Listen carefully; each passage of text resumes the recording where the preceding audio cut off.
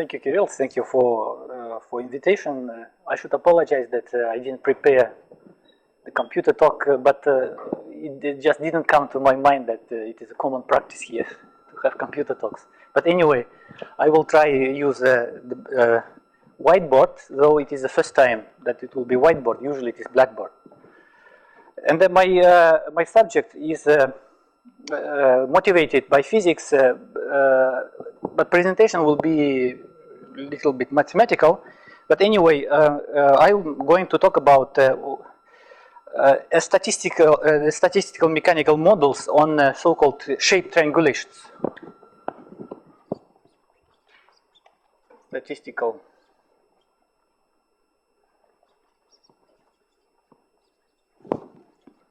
mechanics on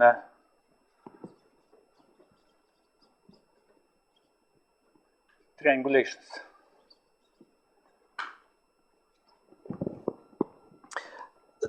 So statistical mechanical, of course, should be put into quotation marks because from the physical viewpoint, it is not true statistical mechanical models because Boltzmann weights will be in general complex valued. But otherwise, it will be, I will be talking about some states and partition functions, which will be given by integrals over states. So most terminology will be from statistical mechanics.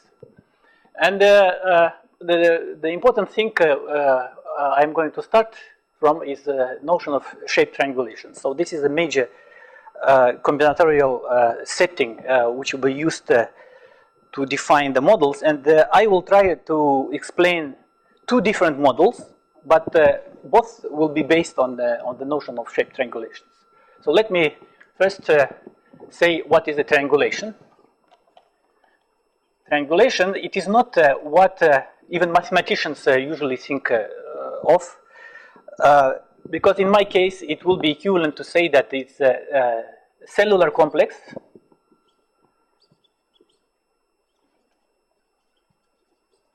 where all cells are simplices, with all cells simplices. And as I said, I will be talking about two models, and one of these two models will be using a slightly more refined version of the triangulations, which is known as the delta triangulations in the Hatcher's book on algebraic topology. If some of you have seen it, but I will say what it is. Delta triangulation. So the difference, it is still a cellular complex with all cells simplices, but in addition to this, in a delta triangulation, every cell is a standard simplex, which means that the vertices are ordered and the gluings respect the order. For example, if you have a tetrahedron with 4 vertices like this, which are ordered 0, 1, 2, 3, and if you glue some other tetrahedron along one common face, say 0 to 1 to 3, and for example we glue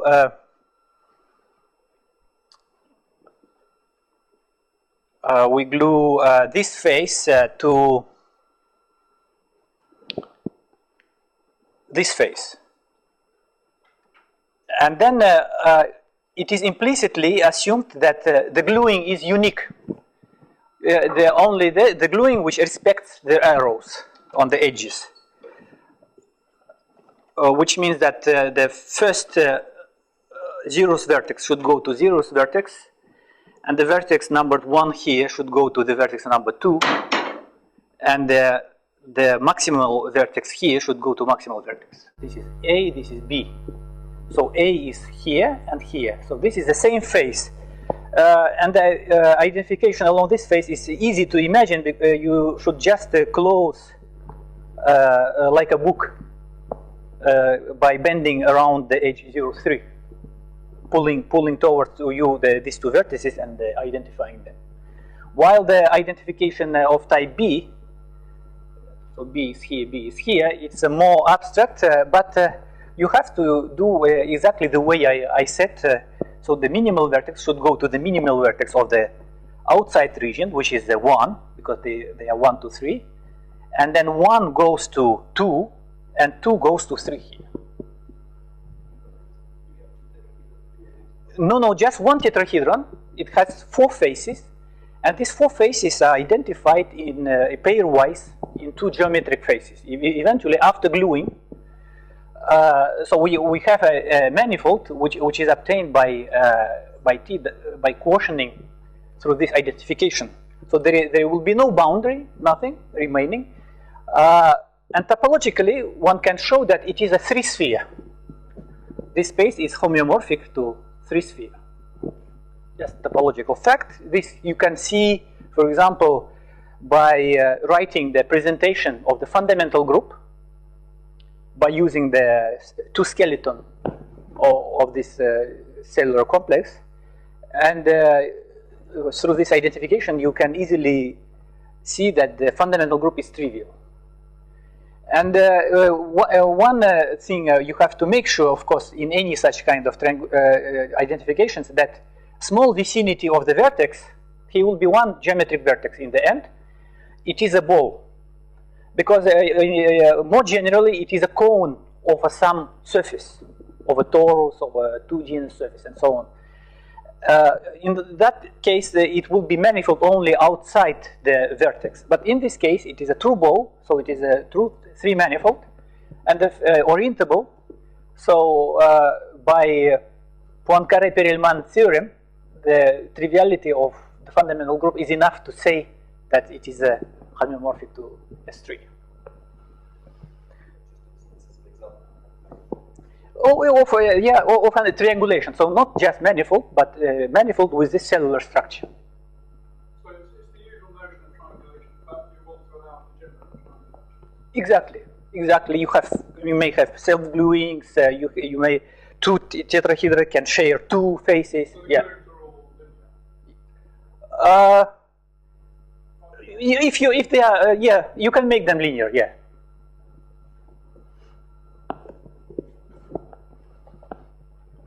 Okay, so that's the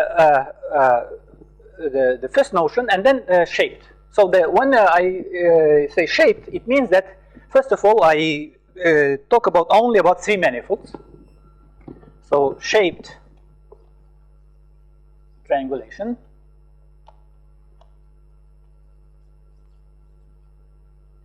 So it is a triangulation of a 3 manifold.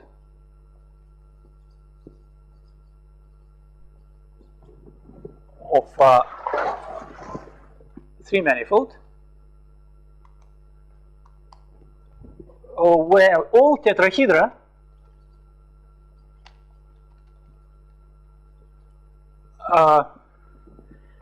carry dihedral angles of hyperbolic ideal tetrahedra.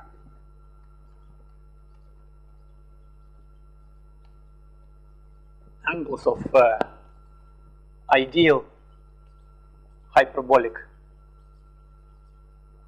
tetrahedra. So let me remind you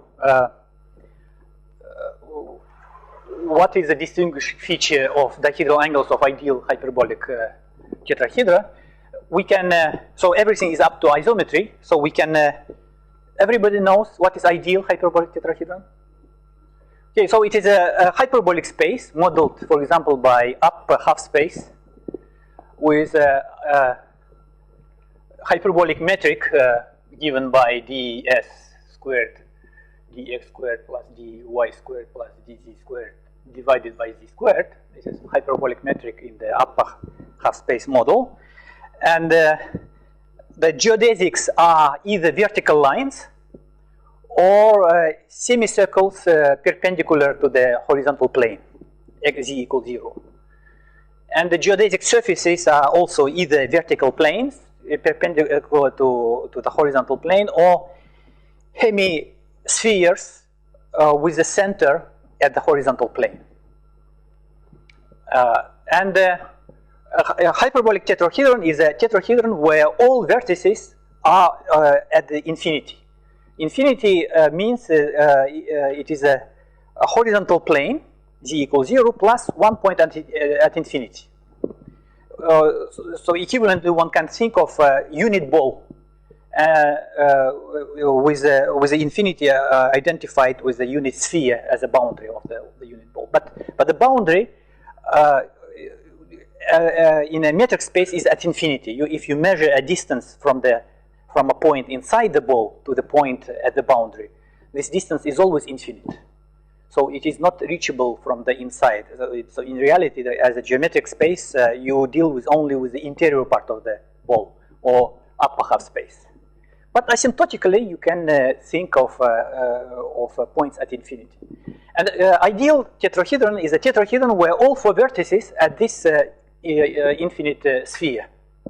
But the edges are geodesic lines, and if we put one vertex of this tetrahedron at infinity, then the other three will be on the horizontal plane, and all 6 edges will be either vertical lines or semicircles. So here is the picture. So this is the upper half space model, x, y, z. So the space only the for positive values of z, and then we have 1 point at infinity and 3 other points here, and 3 geodesic edges go straight vertically to the point at infinity, and here we have 3 other geodesic edges, and that's it.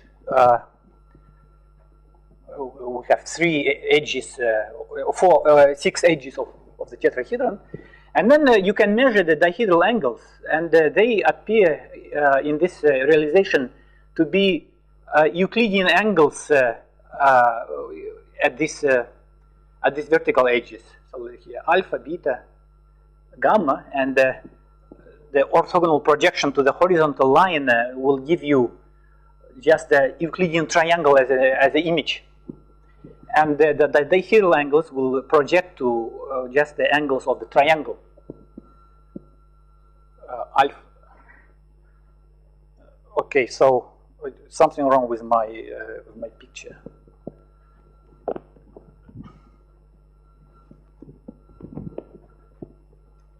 This is most remote edge, actually. So alpha should be this angle.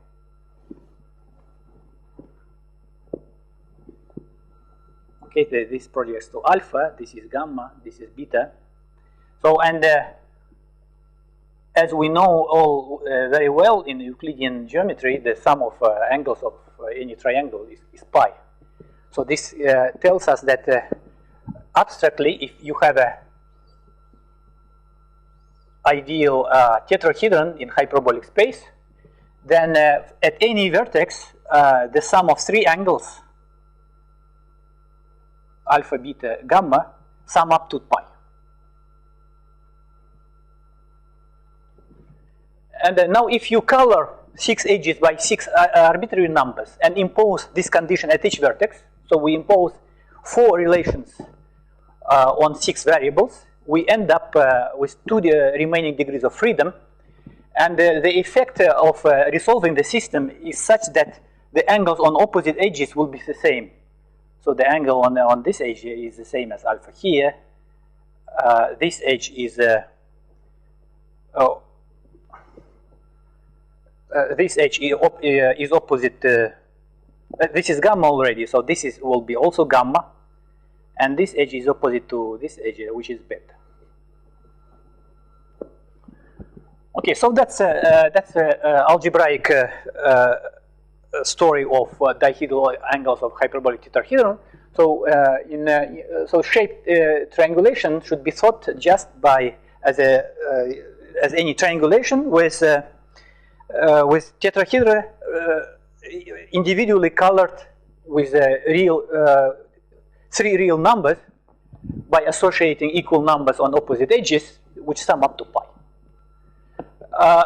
At some moment, the positivity of all angles will be important, but for the moment, we can even forget about the positivity, just real numbers with this algebraic linear restriction. So this is a shaped. So this is the main background on which a statistical mechanical model will be built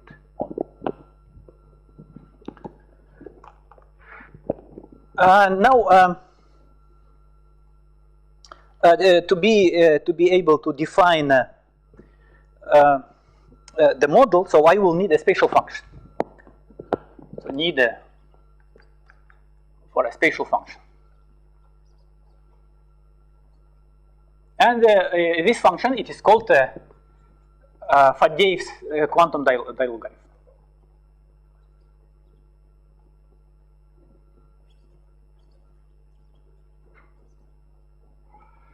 It has very explicit definition. We pick up a positive number h bar, so which will play the role of the Planck constant subsequently, and this function of one argument, in general complex argument, which depends on h bar as on the parameter, and it's given by explicit formula of this form. Sinh of b w, sinh of b inverse w, dw over w, e to minus 2i z w. And the integration contour is a slightly shifted real axis with a shift upwards to put aside the singularity at the origin. So the contour goes like this, contour of integration in the complex W plane. And so that's, but I should say what is B. So B is calculated from h bar through the solution of the polynomial equation. We put the combination B plus B inverse to the power minus 2 should be equal to h bar. So you just choose any solution of this polynomial equation and substitute into this definition. And the result will not depend on the choice of the solution, because how different solutions are related, for example, by inverting B. If you replace B by its inverse, you will not change the integral because they end symmetrically. And another change, possible change is to change the sign of B. Again, if you change the sign of B, you will change the sign also of B inverse. So the minus is absorbed. So implicitly, the function phi is really a function of only of h bar, not of B.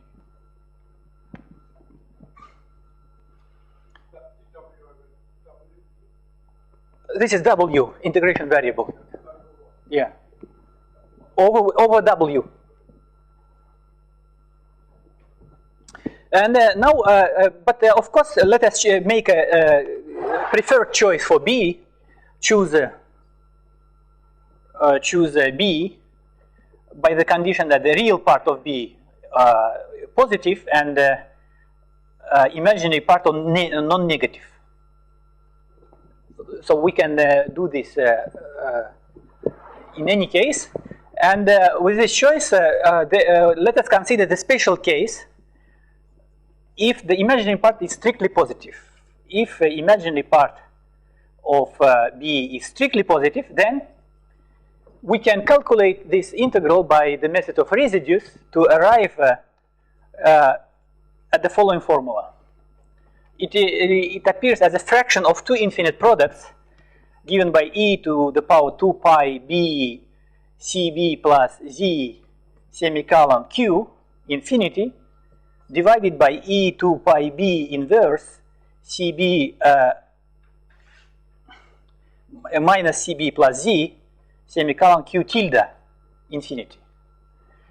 So this x q infinity is a usual infinite product, 1 minus x, 1 minus qx, and so on up to infinity, which converges under the condition that q is inside the unit disk.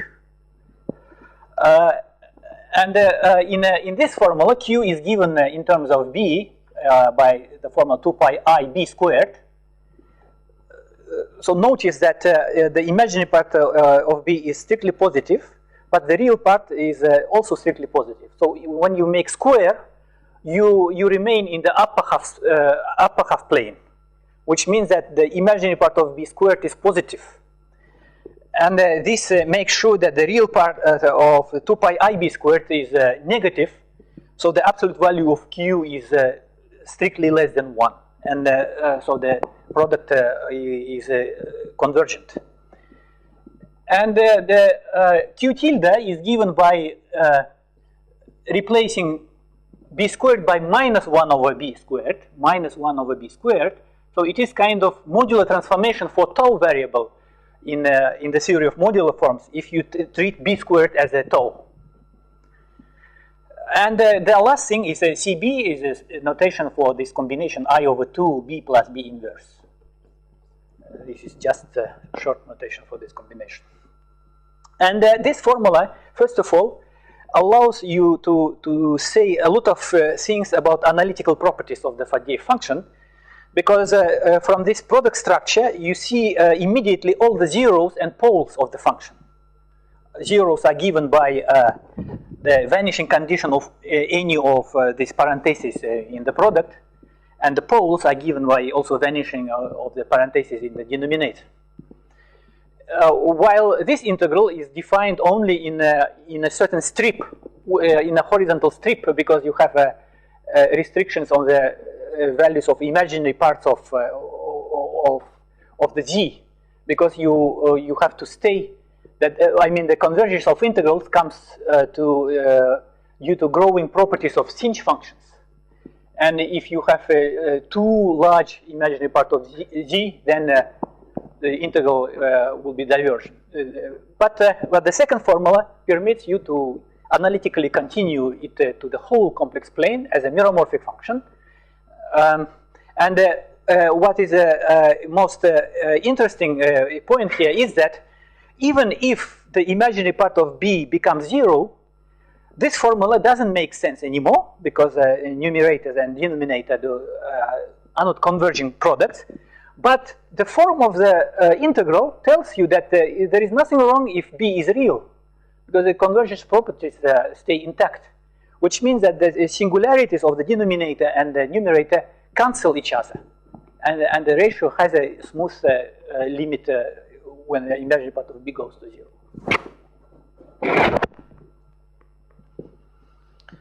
Okay, now that's a function, and for my purposes, there will be of importance the following property of this function. So let PQ, now I'm sorry for using the same letters, but I put hats to distinguish them, be the Heisenberg operators.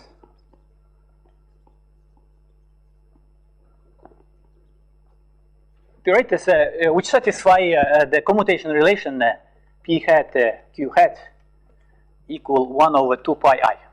So I normalize the H bar to inverse of 2 pi.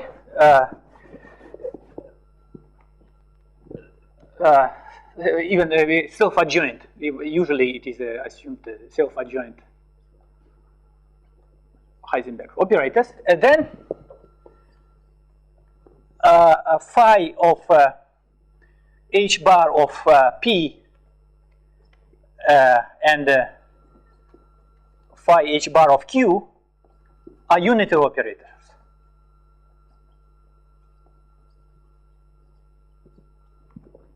Which simply means that the restriction of phi of z to real axis is such that the values of phi are on the unit circle. The absolute value of phi is 1. Let me put it here. Phi h bar of x is 1 if x in real line.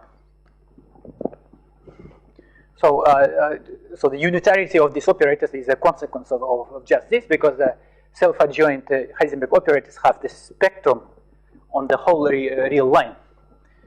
And we have the following identity: phi h bar of P times phi h bar of Q equal phi of h bar of Q phi h bar of P plus Q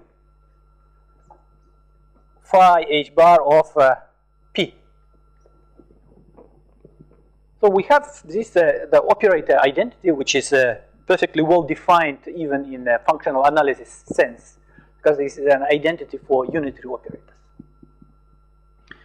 And of course, this relation is the most important thing for the theory which I am going to define, because it realizes the most important elementary move between triangulations, which preserves the topology of the triangulated manifolds, which corresponds to Pachner moves. Corresponds to Pachner moves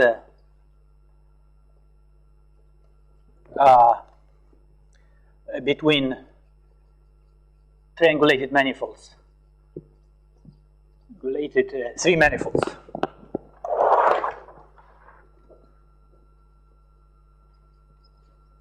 Let me draw a picture to illustrate this move. So here we have two tetrahedra which are glued along one common face, which is horizontal face, and it is inside the three ball, resulting three ball. And this resulting three ball can be cut open into three tetrahedra in the following way. We just create an interior edge which connects two poles.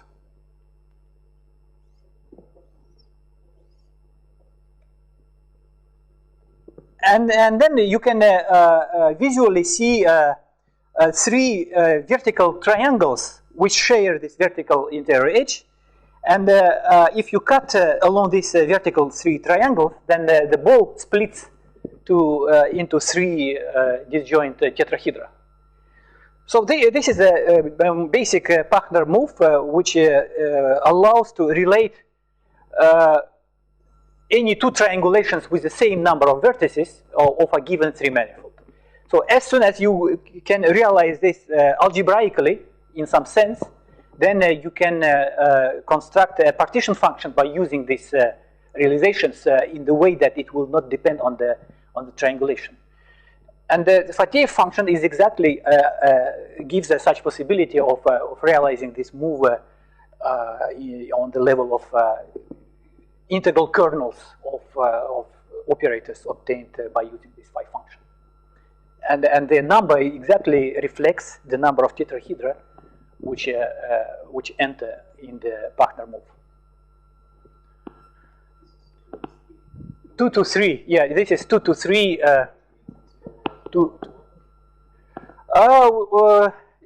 In principle, yes, but this is not very simple, especially if your realization is somehow infinite dimensional as here, because at some moment you have to trace out unit operator, and then you can get into difficulties. But if it is finite dimensional, typically all the examples I know of the 4-1 move also valid. And here it is also valid in some sense, but I'm not going to talk about today about this. I will just consider triangulations with fixed number of vertices, for example, one vertex, a simplest case. And the example over there is triangulation of S3 with one vertex. Okay, now we have this algebraic preparation, and then I am going to now define the two models, actually. And let me start with one of them. So two state integral models.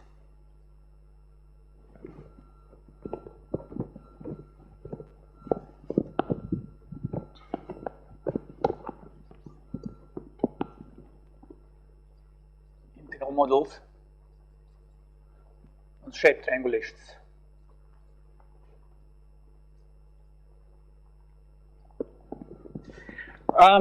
So let me first define some notation. So this is a shaped triangulation.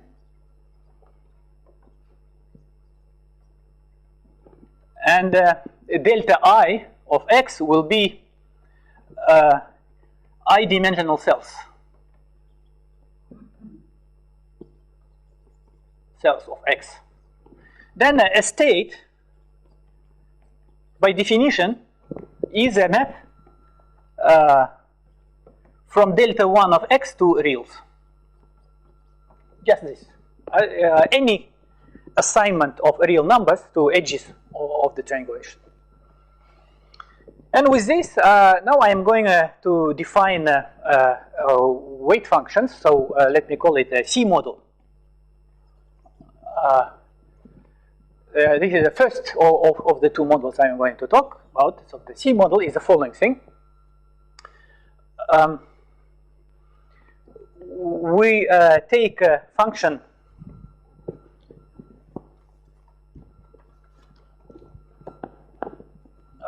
g of AC of X, which is a 1 over phi of H bar of X minus 2 CB. This CB is the same combination as I used before.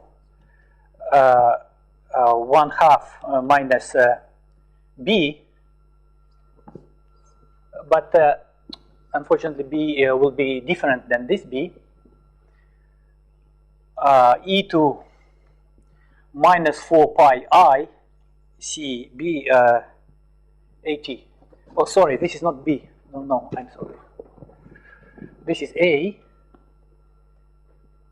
and this is C. So a part of CB, we have new real variables A and C, and they enter the definition of this combination of Faddeev function and exponential, and this CB is just the combination in terms of B's over there.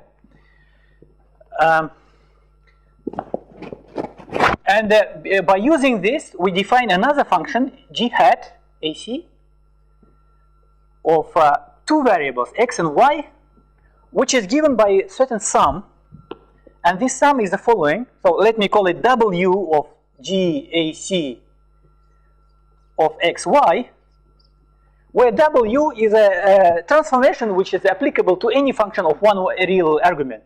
So f of xy given by f of x plus m times e 2 pi I my, sum over all m's over integers, and multiplied by a simple exponential factor pi I xy.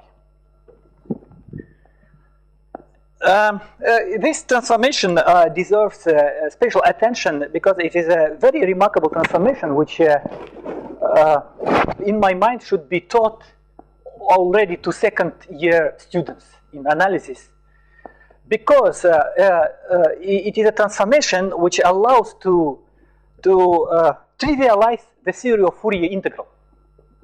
Just a remark.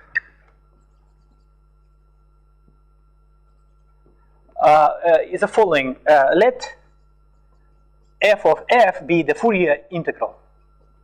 Okay, so which is I use in spatial normalization 2 pi I xy dy. Okay, just a Fourier transform. Then wf of f of xy is equal w of f of minus yx.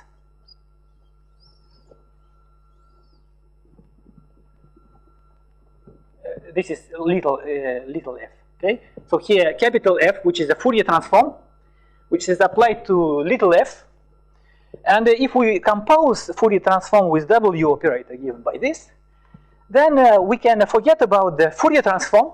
We just take a W transform of the function itself, but what we do with the arguments, we exchange them and change the sign. And now, for example, the property that the Fourier transform at the power 4 is identity is trivial fact of making of composing 4 times this geometric transformation. And another property that this function WF is quasi-periodic. So if we translate the argument x by 1, then it will be e to minus pi I y WF of xy. And the same, almost the same with respect to the second argument, xy plus 1 is E pi I x W f of xy. So instead of having a function on one real argument, we have a function of two real arguments, but which are quasi-periodic. And quasi-periodic functions usually correspond to sections of line bundles over the quotient space over such transformations. And this quotient space is two torus, right, or product of two circles. So due to this transformation, we have an isomorphism between the space of functions on the real line and the sections of certain line bundles over two torus. And even more, one can say that if you stay with Schwarz class functions, so rapidly decreasing smooth functions on the real line, then they correspond just to smooth sections of this line bundle. So just the isomorphism. And so historically, these transformations dates back to 40s of 20th century, and they are studied by Weil, Gelfand, and a physicist, Zach. And it is most known as the Zach transformation. If you Google Zach transform, then you will see a lot of references in solid state physics, quantum mechanics. But to make justice, so they were first mathematicians which studied thoroughly this transformation, and in particular, Gelfand proved all the properties of Fourier transform by using this factor. Okay, so my point is that as a Boltzmann weight of our model, C model, we will be using the Weil-Gelfand-Zach transform of this function. Okay, now I am coming to may I use this? I'm coming to the definition of the model. So what we do? So we define the Boltzmann weights.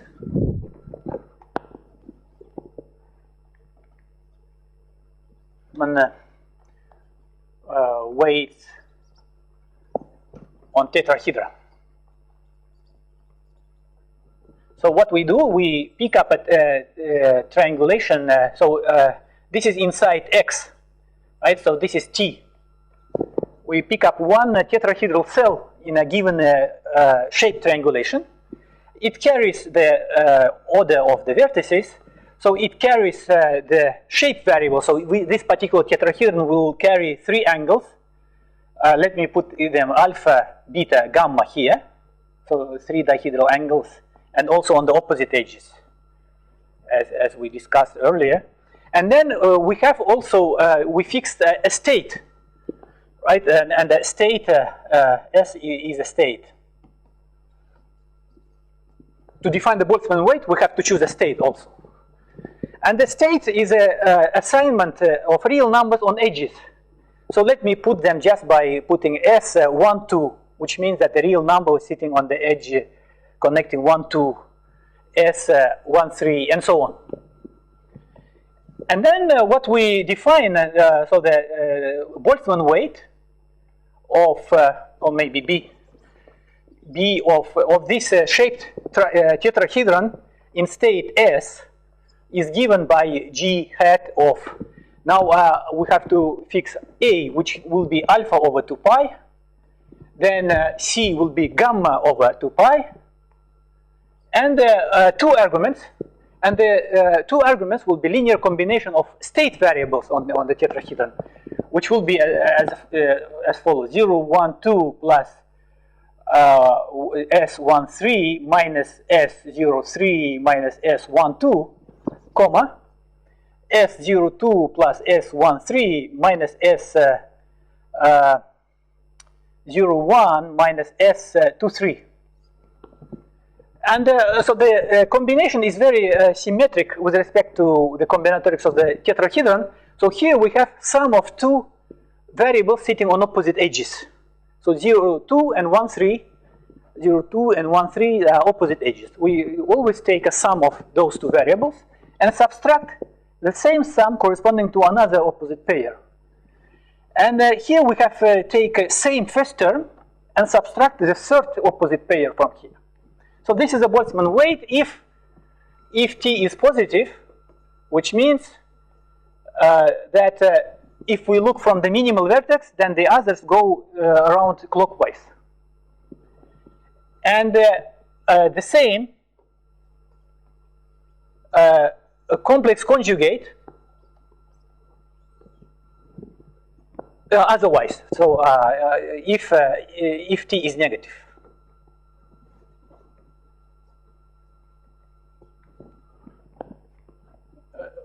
Okay, so is it clear what I said? So any tetrahedron will be in two possible forms. Either what I will call positive, which means that if we look from the zeroth vertex, then 1, 2, 3 go clockwise. You are seen from the top. Or they will be anti-clockwise. And by rotations, these are two different possibilities which cannot be related to each other.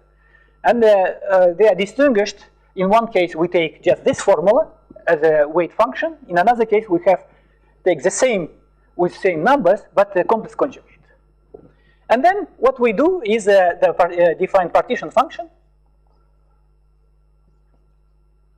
A function where, let me put it, the h bar of x, which is given by the product over all tetrahedra in the triangulation, and we take a b of ts, and then integrate over unit ball, unit cube. Maybe, yes, ds. So remember that s is just assignment of real numbers. But in the partition function, we take just integration over when each variable runs in the unit interval. And the reason for that is the fact that this product is periodic function of period 1 over all state variables. And it comes from the fact that the Boltzmann weights are quasi-periodic functions because of the property of the W transform. But the combinatorics of the triangulation is such that when you take product over all tetrahedra, all quasi-periodicity factors cancel each other. And the quasi-periodicity for the whole product becomes just periodicity. And what we do, we integrate just over the fundamental domain. I mean, periodic functions is normal to integrate over period, not over whole line. And that's a partition function. And maybe I just formulate a theorem on its properties.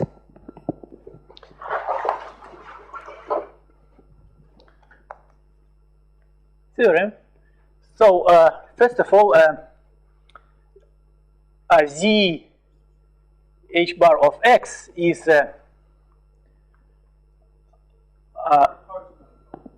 it is closed. Yeah, I restrict myself to closed manifold with shape variables. And does that mean it's something like hyperbolic? No, because unfortunately I forgot to say one important thing. About the Pachner move. The thing is that in the theorem there will be the partition function will be invariant under shape Pachner moves, which means that we have to keep the same total angles on both sides, and this forces you to impose the total angle at the interior edge to be 2 pi. Otherwise, you can't afford the same angles on the boundary. And this property is not possible for closed manifolds, just for angle summing rules, simply because the Euler characteristic of the link over the vertex is Euler characteristic of the 2 sphere, which is 2, and this is why you cannot afford 2 pi rule around each edge. So you have to keep some angles which are not total angles which are not equal to 2 pi. And in this sense, the manifold, as a geometric manifold, will be a cone manifold with cone singularities along these non-balanced edges. So it's a manifold with a knot in it? Yes, in a knot or graph, even graph. with weighted graph. So z of x. Okay. So in shaped case,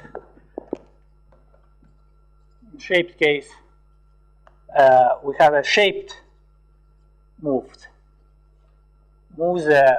corresponding to balanced edges carrying the total angle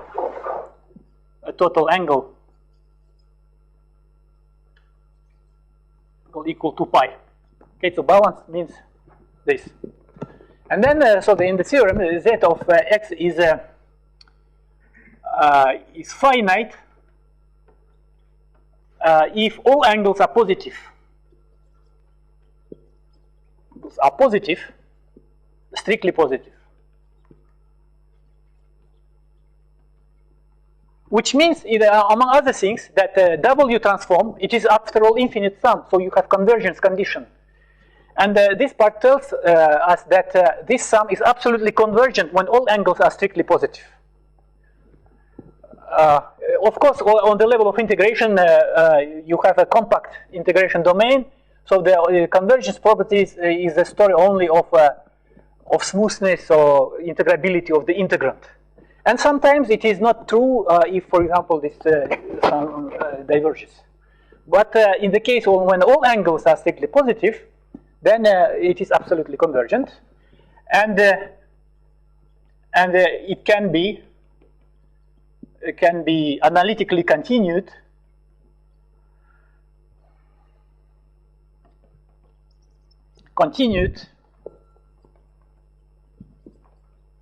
to a meromorphic function.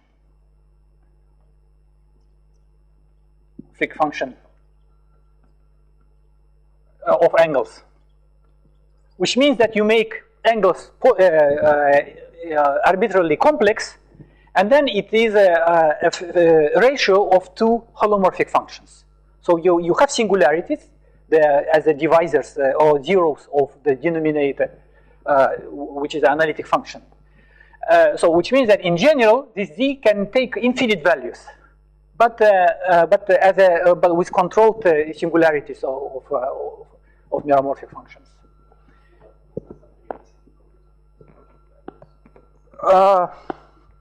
No. In this case, no. And then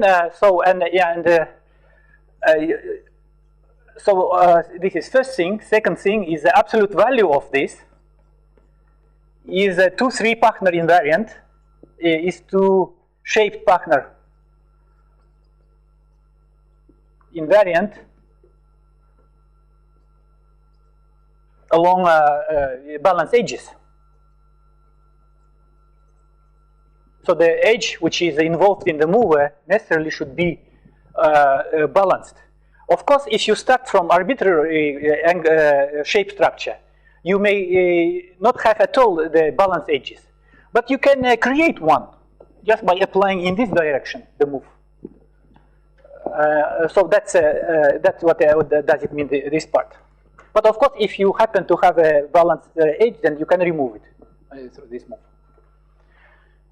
Okay, and third, gh bar of x depends on only total angles around edges. So you remember the shape structure is in general assignment of individual angles to individual tetrahedra. But the partition function happens to depend eventually its absolute value.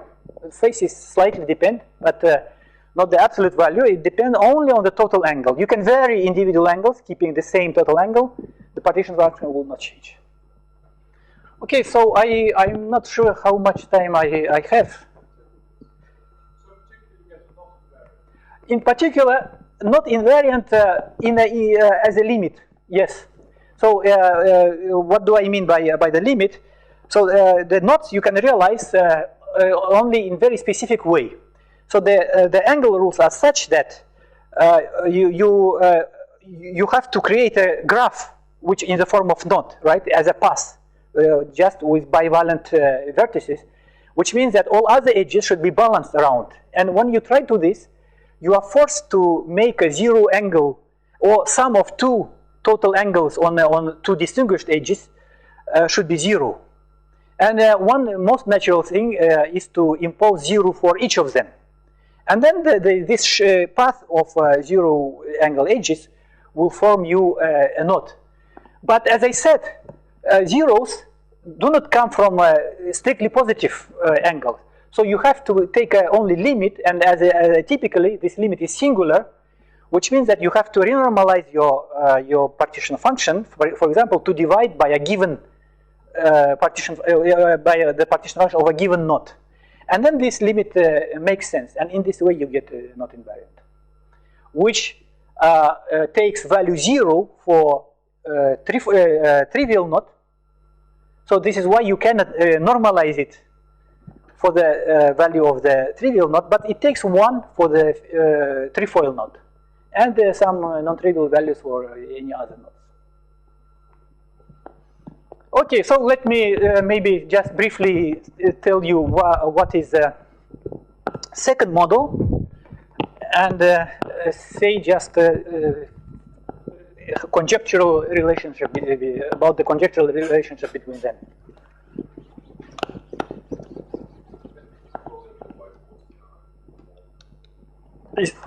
Okay. I see. But I started already.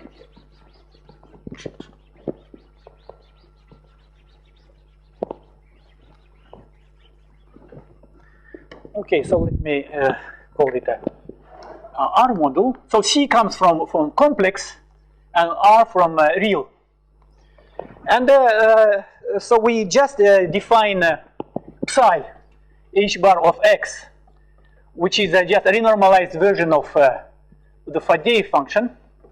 So what we do, we divide by the zeroth value of Faddeev function and multiply by minus pi I x squared over 2. And so we use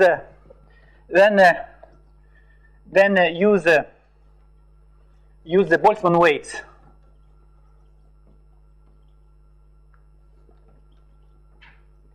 Weights as follows. So B of T S, so the same state, the same shapes and everything, is the product of, now I have to look into my notes.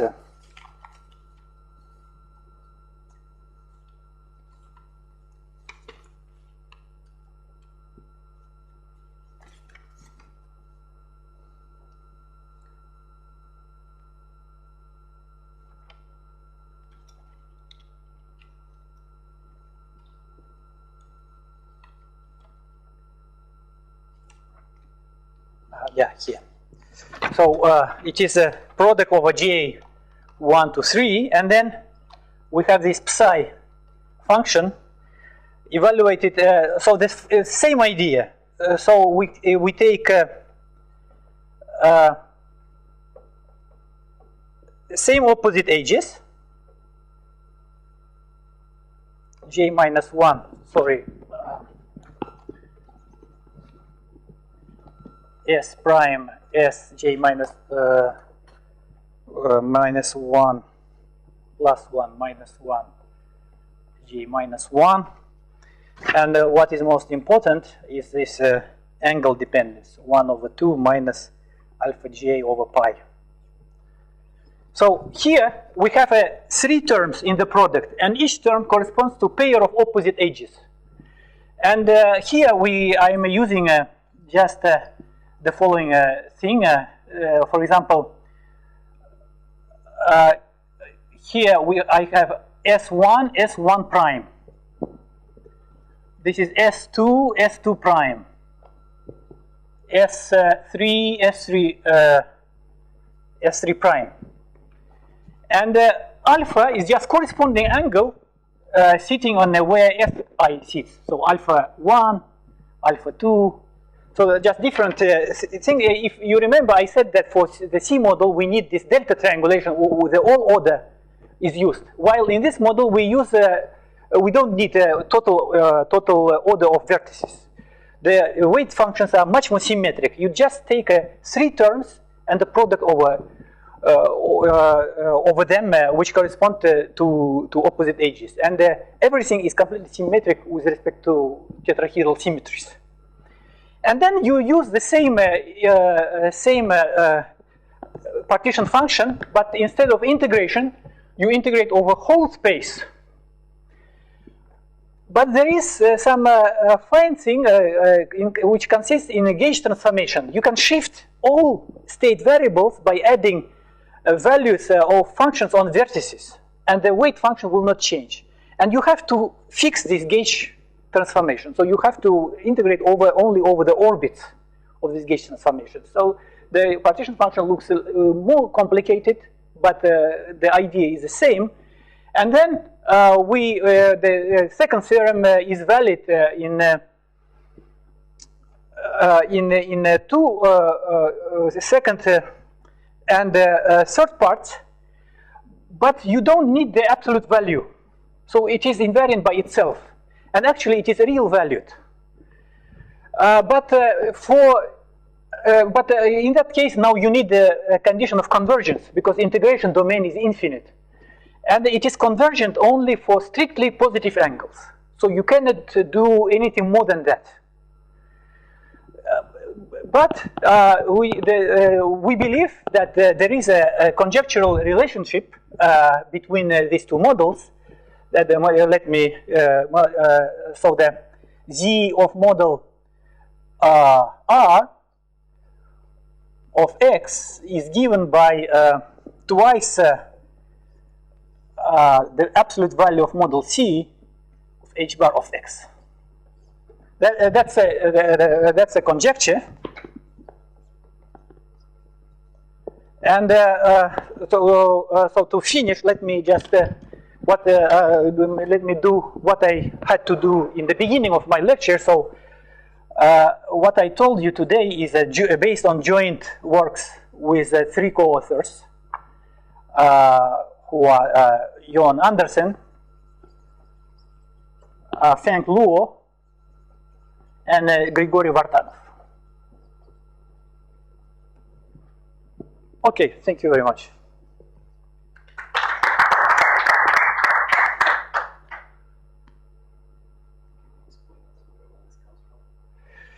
Well, in few words, it's difficult, but all this comes from quantization of Teichmüller spaces. So if we take the Teichmüller space of a punctured surface, then it is a symplectic space which can be identified with the phase space of Chern-Simons gauge theory with gauge group PSL2R.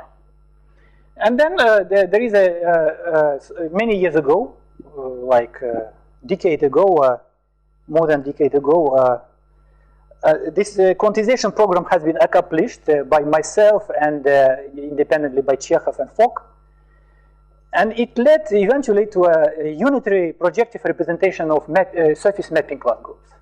And the question was, as we know, TQFT, topological quantum fields, relates naturally to representations of mapping class group. The question was if those representations can be lifted to a TQFT. And what I told you, at least the C model, is an answer to that question. While B model was somehow, it is an unexpected thing because the Boltzmann weight over there, as you see, it is a product of 3 terms, and it is a direct analog of Euler beta function, which is a product.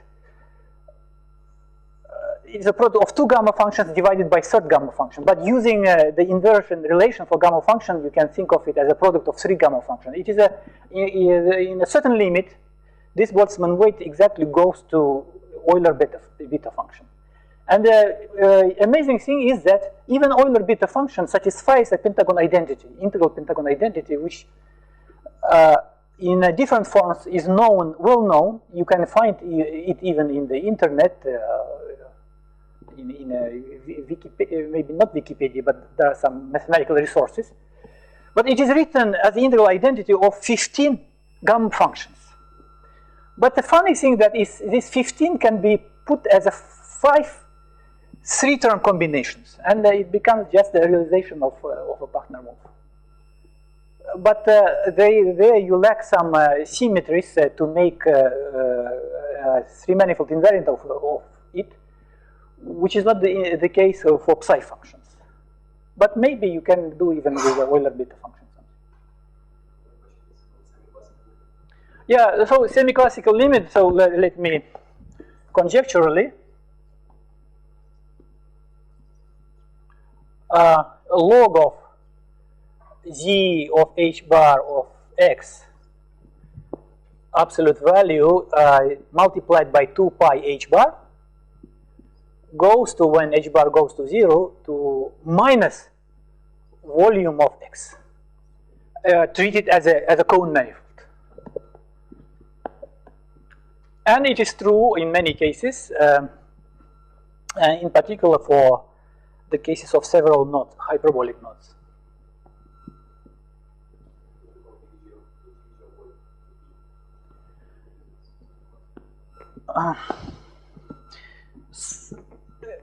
Some volume, some combination of dilogarithm functions, but I never analyzed it seriously because semi-classically I don't know what is the meaning of the state variables. So whether you have to send them to infinity by some normalization factor or keep them fixed, all these things I don't know. And of course the limit is very much sensitive how you treat these variables at the limit. Like in 6G symbols, you have to send the spin variables to infinity also synchronously to extract the volume. But I believe that this also can be done, and most likely it will give the volume of the ideal tetrahedron which you put as a combinatorial input.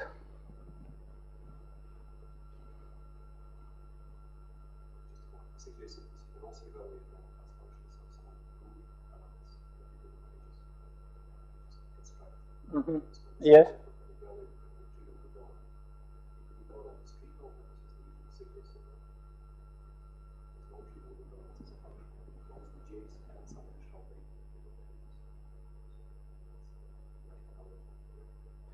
Yeah, but here the open question, which is not clear at all, the representation theoretical interpretation of these weight functions.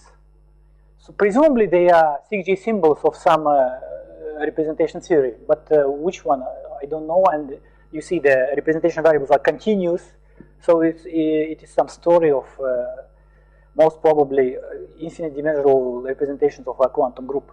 But how to develop this, I don't know.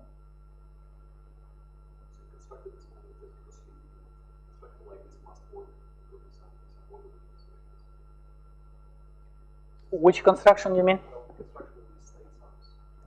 No, it is so you see, we had the representation of the mapping class group, and generating building elements are these phi functions which satisfy pentagon identity, and very easily you can interpret this pentagon identity just a realization of the partner move. The only missing thing is tetrahedral symmetries, and in a sense, in the introduction of the dihedral angles is a way of getting completely symmetric weight functions. But surprising thing was in this development that the introduction of angles made also the partition functions absolutely convergent. This came just by surprise. It wasn't built in with this idea initially.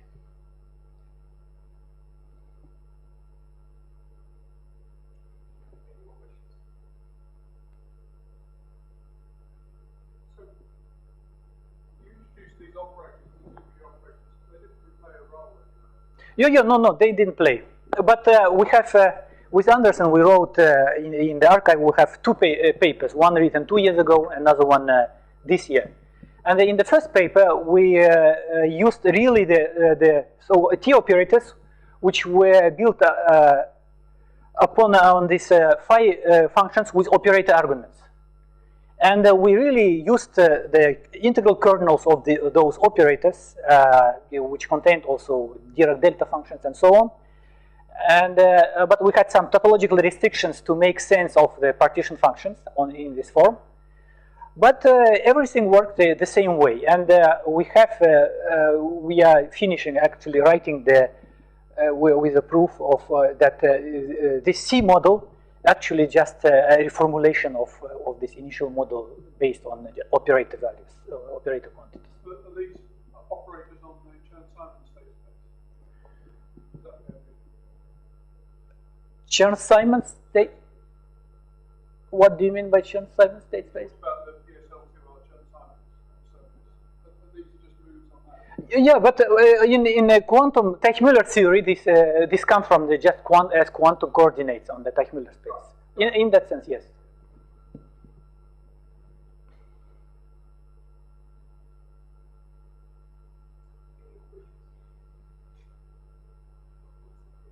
Okay, thank you.